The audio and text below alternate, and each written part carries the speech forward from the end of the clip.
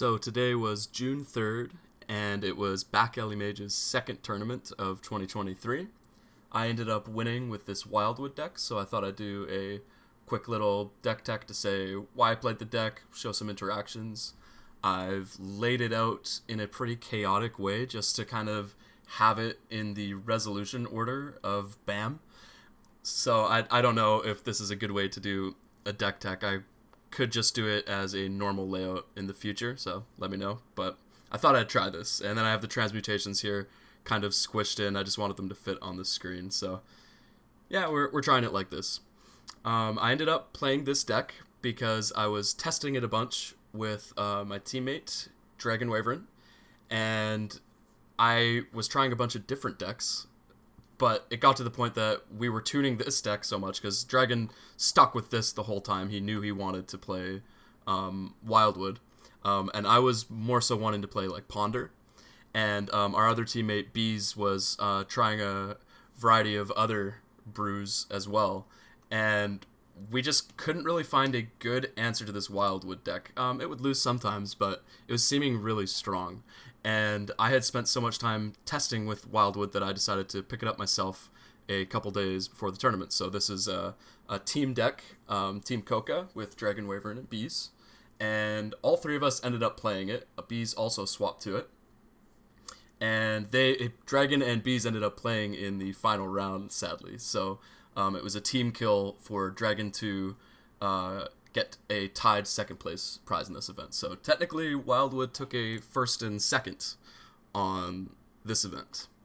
So the deck is very strong. It's Wildwood and the Wiggles. I guess I should go over quickly what I played. Round one was a team kill with me against Dragon Wyvern, and the mirror match for this deck is pretty miserable.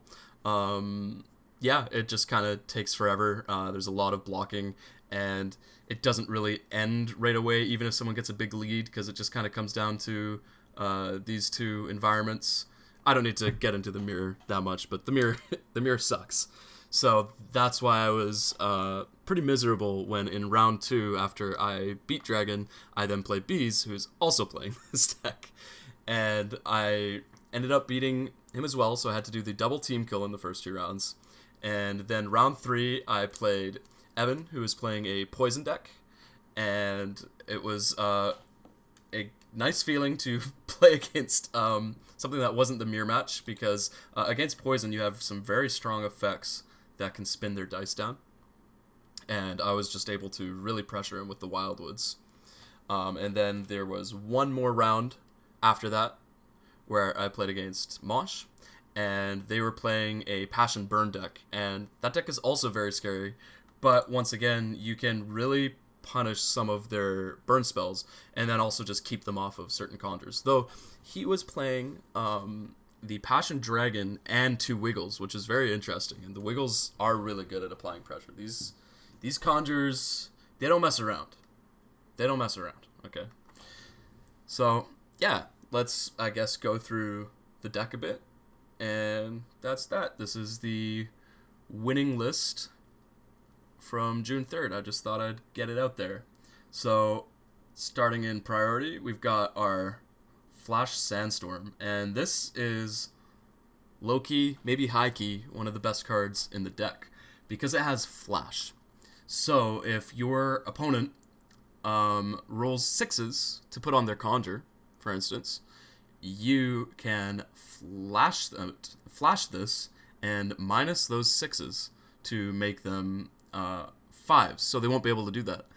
Another thing you can do is, if you think they're gonna have mana, you can do that. Although it really depends what you think they're gonna go for. So depending on their dice, the situation in the game, maybe you'll want to flash something out, or maybe even if you don't have another flash, you might want to just place this and let them kind of expend into it, because let's say they go for mana generation, you can spin it down, and that's really one of the key factors of this deck, because a lot of decks will play a card called Straitjacket, which is a 6 mana transmutation that will destroy target conjure. So that's a really clean answer to Wildwood, and the reason we're playing 6 spin dice effects is to try to stop our opponent from gaining 6 mana and getting Wildwood. So, hopefully they're not going to roll 6 every turn. Hopefully when it lines up, we can do this. And if not, maybe by the time they can do it, we've applied enough pressure that we can Summoning Portal and get back Wildwood. That's kind of the general idea of the deck, is it will beat down, and then if they can remove it somehow through that, we can maybe Summoning Portal and just try to end the game. So, Sandstorm, just an incredibly strong card. And something that you don't want to overlook with both of these spin effects is the not the chrono die, the dice over your conjures. So Wildwood, you can spin, you can see here, as a 4, meaning when the chrono die ticks up to 4, this would go away, and you'd be able to then summon your conjure if you had the d6s. One thing you can do, put this down to a 3, this goes to 3, you can go away. You can really set yourself up for some insanely powerful plays. And one of the things that our teammate Bees was leaning towards was trying to play 3 pitchforks. Me and Dragon didn't end up going for that, but the 3 pitchforks does give you a lot of potency, and so that, like, this might not even be the best build, but there's multiple ways to build this deck, and doing a 3 pitchforks and really trying to capitalize on a turn 3 Wildwood is totally valid as well, because it lets you, if you gain 3 mana, now you can grab 3 dice spin effects, and that can get you there. That can get you there. So, not to overlook just putting this down to 3 and trying to get your 6s, just with any number, like with Pitchfork Kunai. Because if you get this out on turn 3, you are beating down for 13 on turn 4. And you're going to have things to block if they try to remove your conjures. You can heal with Wildwood. It's really difficult to deal with. So Wildwood with the Wiggles just kind of, yeah, I mean, I've already said, Wiggles get shit done. So does Wildwood. And if you can get them out early, even better. So, at the ready, let's move on from Sandstorm. Yeah, I can't say enough good things about Sandstorm, but let's move on to At the Ready. This card doesn't take any prior knowledge requirements. You just need to have the 2 dice. So it can be very good. Even just summoning one of your conjures early game, playing it and affecting your opponent's mana, their other dice. You can straight up delete some of their environments. And it's just another, spinning 3 dice is pretty insane. Now, the summon target lesser conjure, we did go up to 3 also with a bit of a misunderstanding. We didn't think that we would need to summon our opponent's conjures, but it turns out you do need to do that. That said, I do think it's still, it might be a 2 of, but it could totally still be a 3 of, because this card is super potent that you can summon your Wiggles back. And just in general, the spinning dice, again, is really important for this deck to stop your opponent from being able to straightjacket you, and there's so many things that you can misfire as well. So, At the Ready, very good. The summoning target lesser conjures is good. You can start getting your Wiggles out and getting some pressure on, but you do need to be very careful of being in a position, at least with the rule set at this time, where if you aren't careful, you will summon one of their conjures, and that could end up costing you the game. That ended up happening to me in round 3 of the tournament. I summoned my opponent's Kraken, and it was spooky. We'll put it that way. But it's a great card. So these are the dice, the spin effects, and then we'll move on to the last cards in phase 4 here. And that's Flash. Flash is amazing. It's Swift Gust with Flash. And Swift Gust, yeah, it's amazing. If you roll a 4 to a 6, that's draw 2, 1 to 3, draw 1. And again, it does have the text Flash, but I think it's a mistake to be doing that all the time. You want to be looking at your dice and thinking, okay, if I flash this, what's that going to really do for me, ultimately, right? Because if you flash it out, now you will need to discard the cards that you've drawn if you're not able to play them. So you really got to look at your dice, plan your turn out. Where this card, I think, is best, obviously it's very strong and nice that it has the flash text, because that can help you set up for your turn if you need it, but where it's best is just placing it. Place it down, And then you can have 2 extra cards for the next turn and have all that knowledge, including the one that you would have spent on this, ready for the next turn, and maybe get to do a more powerful flash effect, which would be Swift Gust, Master, or even your Summoning Portal, something like that. Swift Gust is really good, and it helps you just keep churning through the deck. Once you get your transmutations in, drawing even more. You have a few one-ofs and summoning portals, just a lot of things that you really do want to draw into. So, Swift Gust I think is pretty important, but maybe there is a version without it. Who knows? Who knows? It's a good card, though. Good card. Okay, so now we'll move into Phase 5, and environments we'll resolve first. So here we have another one of the best cards in the deck, and that's Withstand. It's a fabled environmental. So it has, basically, it's an environment, so it will persist over here. And you put a dice on it.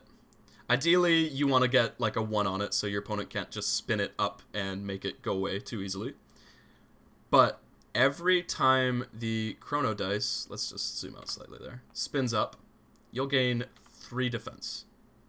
And it may be a bit unassuming, but that adds up a ton throughout the game. It really can basically swing a game by itself, because you can get this down and just start doing your thing, curving out, attacking with your wiggles, and maybe now you have more mana to use burning, like with lightning strikes, rather than fortifying or preparing. This is really, really good, and if you can get this down, basically if you draw this at most points of the game, you're going to want to just go for it. And you just get 1 of the dice. You can see here we have 1 of each, and that's just in case you miss, right? If you miss on playing it that turn, you grab whatever you need. Probably it's going to be this for mana, but you never know. And if you miss, you can just play something else. But it's very good, and you're very likely to get there the turn you draw this, because again, this is vigilance, not growth, so you need to get a different dice, but it's worth it. And then it just sits out there with the 1 dice that it takes, hopefully forever throughout the game, and gets you a ton of value and saves you a ton of life. I think a lot more decks could be splashing this card. Something to look out for. Keep this card in mind when you're building your decks. Should I play Withstand? Then we have Dunes of Defense. I'll speed up a little bit here. I just love these cards. They're so good. I've got Dunes of Defense and Valley of Power. So both of these are just ways to get your conjures up a little more. In testing, we were playing 2 dunes for a long time, but it just kind of ends up being kind of awkward draws because you have to keep your dice on it, and then that's of course your mana dice, which is pretty precious. Both of them are. So you really want to be careful at what points of the game you're hanging your knowledge in a persistent card. It needs to really be worth it. And that ends up usually being a pretty late game effect, but really good. And if you're in the mirror, if you can get both of these out and make it so you're going to just kill all your opponent's conjures and keep yours and then heal up, super potent cards. I do think these are worth the slots, but it's tough to want to play more because of needing to keep your knowledge on it and not have it for the next turn. Yeah. Anyway, the environments are all really good. Keep in mind the deck sizes are only 30. We might only be playing 3 environments, but that doesn't mean that they're not super strong and part of what makes this deck, I think, one of the stronger decks in the current format. Though we'll be leaving this format pretty soon, worth noting. Still, wanted to show it off. Then we have our target conjures. We got Empower, and +8 and +8 attack and +8 health. If I'm being honest, it looks like it's a really good card. It ends up actually being kind of mid.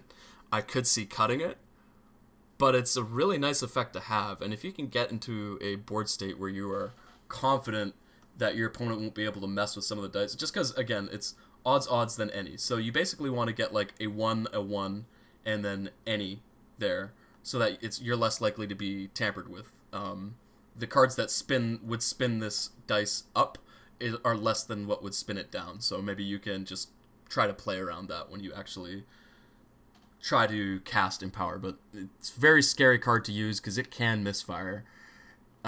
Still, it's just a game ender and can totally steal a game if you're able to use it. So, polarizing card in the deck. Obviously, I played it. I do like it. And, I mean, look at that art.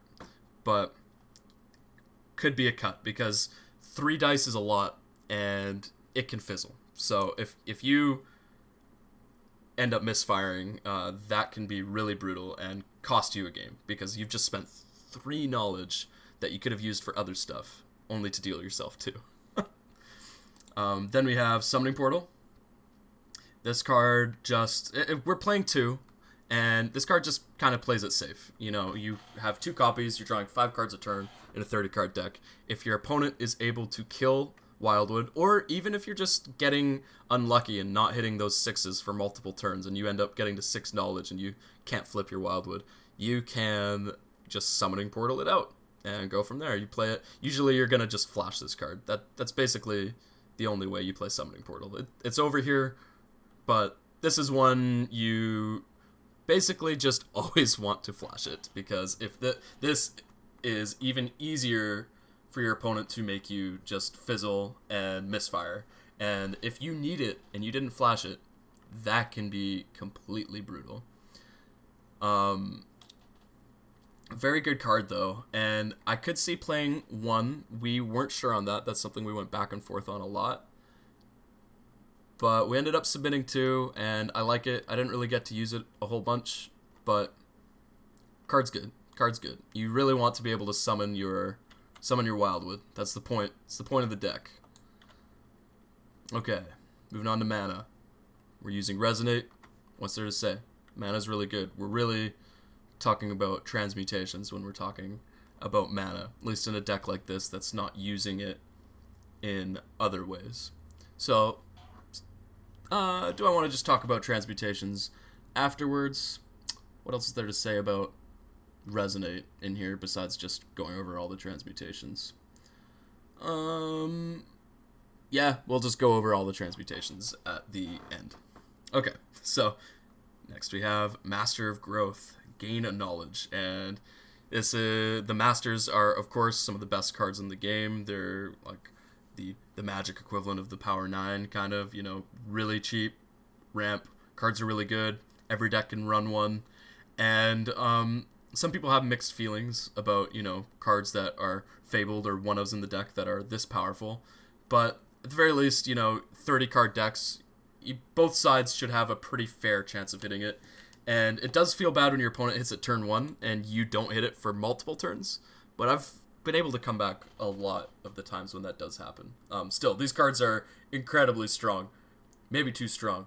But that's a totally different video. Point is, play your Masters, and Master of Growth, maybe the best art of the Masters. Maybe Master of Growth is another reason for you to play Growth as your choice of house, because Growth is sick.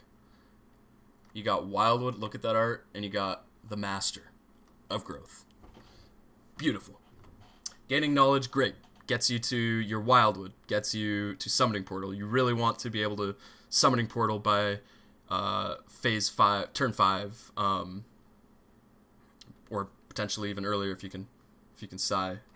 Good card. Let's go to defense. We got Fortify. We just want a bunch of defense because it protects our conjures, and that's really important to keep them alive, but it also stops us from just dying. Dying is bad, and if you can, blocking 4 is pretty good on a single card. Then you have Preparation, and this is actually the card that won me the whole event, because I ended up drawing it off of a Shears and getting to play it, and I had the charge to get exactly enough life. So this card can be very clutch, really strong. The only awkward part is you don't really get a ton of the bright dice over the game, but still good. You really want the defense effects. we had tested with different numbers of this throughout and just landed on this, to stay alive. Staying alive is very good because if you can stay alive with this deck, you can let your conjures do the killing. Defense is very, very important. Then we have, for our offensive spells, we have Leech, which is Drain 2.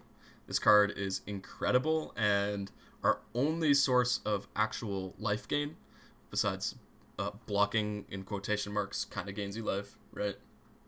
But Drain is really good.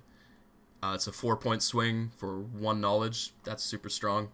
And then there's Lightning Strikes, which can end up dealing 6 on 1 card. We were playing 3 of this. You could if you want to. But we ended up landing on 2 because really it's when you charge it that it gets super disgusting. If you can charge it like on a turn that you play Dagger or something to prevent any blocking. Yeah, it's really, really good if you can do 6. And 1, like, if you can do 3, that's also good. Or even sometimes 1 or 2, and it can pick off a conjure. Good card. It's important to have some offensive spells in the deck. And it's nice that it's pretty hard to be interacted with, because 1 to 3 is a solid range. Although you can miss on that sometimes. Which brings us to our transmutations. So, I've kind of set up like a good segue into Smoke Bomb, but I think it's better to just kind of go this side to this side. So we'll do that. Okay. I've got Sigh. It's a fabled item. And you gain 1 knowledge, then sling 1. And the sling on that can really make for some disgusting moments where you could like draw a card and play them out. But we don't need to get into like more advanced stuff in this. I feel like I kind of have already rambled a little more than I need to. I'm trying to just kind of go over stuff on a more basic level of Wildwood. But Sigh, incredibly good. And if you can just roll a natty 6, that can get you super, super far ahead. And then even you could roll the natty 6, play Sigh, and then maybe you draw the Master, then you can play the Master, and you can just completely steamroll your opponent with your ramp. So Sigh's very good. That said, you could actually not play Sigh. I know that sounds crazy, but rolling a 6 is pretty difficult. A lot of the time you'll need to grab something else with your mana, like a Kunai Pitchfork, to get it up to 6 and set up getting Sigh. And at that point, you're spending more resources just to be able to Sigh. So it's best when you can just naturally hit that 6. But if you don't, it gets worse. And it's the only one we're playing that you need 6, because we're not playing Straitjacket. And playing cards that you need 6 is a pretty big deal, because you're just way more consistent to get like 4, 5, 2, 3, or even 1. So if you don't want to play Sigh, I could see not playing this card, and that's not like a meme or whatever. It could even be correct. It's possible I'm not meant to play it, but I did. Yeah, I chose to play Sigh. I'm not sure if Bees ended up playing Sigh in the end, but like, for instance, you can not play Sigh. You can cut some stuff and have your 3 pitchforks and kind of go with that approach instead and be way more consistent and not care about hitting the 6, but then obviously you lose that potency when you do hit a 6. Although it's still good. If you roll 6, you're still good. You can like grab Scythe or Buckler and some other stuff. It's not like your 6 is bad, it's just natty 6 Sigh early game is like the best. Okay. Then we have Dagger. And this is all sources damage cannot be defended this round. This card, we were kind of worried because we're pretty new to the game. Our team is new to the game, and we were a little worried about the unknown. And we were worried about a card called, I think it's Horizon Hunter, that gains defense. There's just a really strong defense deck. And we were thinking, well, there might be some decks that we just haven't tested enough that are really strong. So we wanted to respect the chance of that, and we played Dagger. Didn't end up playing against it, and it actually kind of comes with a pretty big downside in that now if you play it, you can't defend either. So this card could just kill you as well. So you need to be really careful how you use Dagger, and it's definitely more of like a meta call thing, and we hedged to play it. I don't think you actually need to play Dagger. You could cut it for something else. But if you're expecting a lot of defense, then obviously this card can just completely steal a game and blow your opponent up. So, up to you. Up to you on the dagger. Art is sick, too. Okay. It's very Absolver. It's dope. Alright. Then we have Shears. You can expend any set spell that's a face-down spell, or a transmutation, then draw one. So, of note, let's say you think your opponent's going to grab, like, a very good transmutation. You can get Shears and just hold it, stop them from playing it. And if they do play it, you can expend it, and then you draw a card. So, it's really good. Or you can just use it to hit one of their face-down spells. Now, it gets worse when you start drawing it later in the rounds, because you now are relying on your opponent to play a transmutation. Otherwise, it will do nothing, because there won't be set spells for you to use this on before you discard it, unless you draw it off your Swift Gust, which is another reason Swift Gust is disgusting. But yeah, Shears is really good. You can play multiple of this card if you want to. This card will do some nasty things for you. And we have Pitchfork. Spend +1 or spend -1 any available knowledge you control. So this card, annoyingly, cannot hit these. It needs to hit knowledge, which is stuff like this. But it's still really good, and it helps you get your dragon. Oh, right, sorry. Triple Pitchfork wouldn't get you the turn 3 dragon, because you can't spin that down, of course. But it's still a valid thing to go for, because it can just be very good, okay? But you'll need something like Smoke Bomb, yada yada. Anyway, Pitchfork, it's a little unfortunate. It doesn't draw you a card, right? It costs 1, so it doesn't draw you a card. And what that means is your draws are going to be a lot worse later in the rounds. So this card is also probably one of the more polarizing transmutations.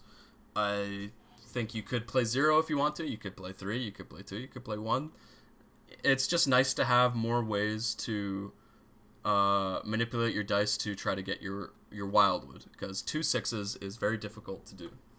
So up to you how many Pitchforks you want to do. We ended up playing 1.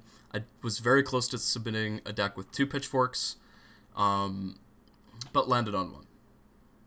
And we have Kunai. That's +1 to any dice you control. Then draw a card. Really good to help you play your Wildwoods, or maybe even hold it in your hand, and then the next turn go for Resonate, or whatever. Good card. And Smoke Bomb. It might be cuttable, however, you have a lot of cards that are 1 to 3, and if you whiff on those, it can be really devastating, especially on turns that you need it. Like, let's say you have Sandstorm, and you really need to hit your opponent's 6s because they're about to get their Conjure out. Maybe you roll a 4. Okay, well now Smoke Bomb lets you Sandstorm. So, pretty good card just to help with your consistency. And you really do want to have some dice manipulation. If I were to play this deck again tomorrow without knowing any of the new cards, I would probably cut Dagger and maybe add like another Kunai though, or Pitchfork. I'm not totally sure. I'd maybe even also cut Sai. But anyways, let's get to the last 2 transmutations. I've got Scythe, which is deal 2 damage, then draw a card. It's really good. It clears all the conjures in the game, except all the lesser conjures in the game, except for Wiggles. And that, you might have guessed, that's kind of why we're playing Wiggles. It doesn't die to Scythe. If they try to double Scythe it, you can Wildwood, heal in response after the first one hits, and then you can block the other ones. So it's just, Wiggles are really difficult to remove because they're 3/3s. And that's good. But Scythe will help you just clear the way for them to keep attacking, or even just hitting your opponent's face. That'll come up too. More ways to push damage in this deck is needed, because the games can go longer than ideal. We were hoping this deck would be more of a beatdown deck, but the games can go pretty long. Although it does also beat down, just swinging for 13 every turn, my favorite number. Then we got Bucklers. Buckler is really, really good. just gain 3 defense, draw a card, helps you cycle through your deck, helps you set up for the next turn, draw more cards. Card's sweet. Keeps your Wiggles alive, keeps your Wildwood alive, and keeps you alive. Okay, I've gone through every card. This video is longer than I had planned it to be. But this is this is the deck. We've got 2 Wiggles. Oop, that's a playmat. Wildwood. And here it is. Here it is. If you want to play a Wildwood deck yourself. I wasn't sure about making this just because there's the new format coming up, but I thought I would just because I won the tournament before it came out. I thought it would be kind of fun to catalog the deck before the new set comes out and post it up. So here it is. Here it is in its glory, in its wiggly wild glory. I, of course, need to show one other important thing that me and Dragon Wyvern did leading into the tournament, and this was a very important part of the extensive testing for this tournament. This is the end of the video now, by the way. If you're looking for like useful stuff about the deck or cards, you can go now. Don't need to pander my watch time here. Saved objects, we go. So on the edge, the playmats are actually, the dice bags in the playmat are slightly different. So you're going to need to go with the edge version. This is just for people who like play BAM on TTS. I totally recommend getting your deck saved like this so you can just do that. Oh my god. It'll save you so much time for coming over here, grabbing all the dice you need. It took us way longer than it should have to get it right because we were being really nitpicky about it. But we did it. We did the thing, and now whenever we go to play this deck, we can just do that. And we're probably going to do that for more decks in the future because it really saves time. So we got that. We got the edgy one, edge. And we got, you need the normal one here. But then very important, because what if you play on the other side of the table? You're going to need something on the cold side. There you go. And that's because it's cold colors and hot colors on the table. Yeah. No, don't mind that. That's a scrapped part of the deck tech. Okay. Wiggly Wild Ones. Signing off.